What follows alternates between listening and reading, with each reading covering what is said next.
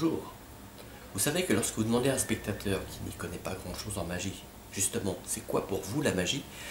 Souvent on vous répondra, la femme coupée en deux. Le problème, c'est que pour faire ce tour, il faut un peu de matériel, hein. Il faut la scène, une scène, une boîte, etc., etc.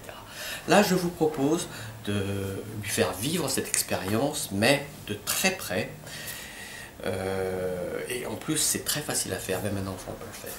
Alors, en l'occurrence, j'ai ici un morceau de corde, un morceau de lacet, qui va remplacer la partenaire. Donc l'avantage ici, c'est qu'on peut donner ce morceau de corde examiné, c'est d'un seul morceau, etc.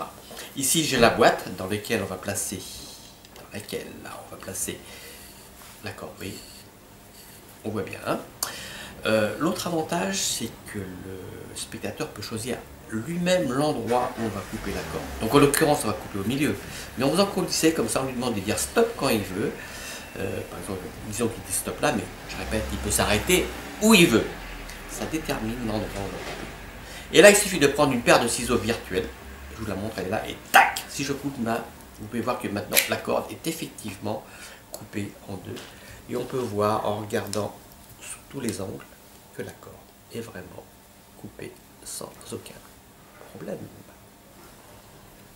Mais nous sommes magiciens, donc si on fait juste une passe magique comme ça, vous pouvez voir que maintenant la corde revient en un seul morceau, ce morceau qu'on peut examiner sans aucun problème.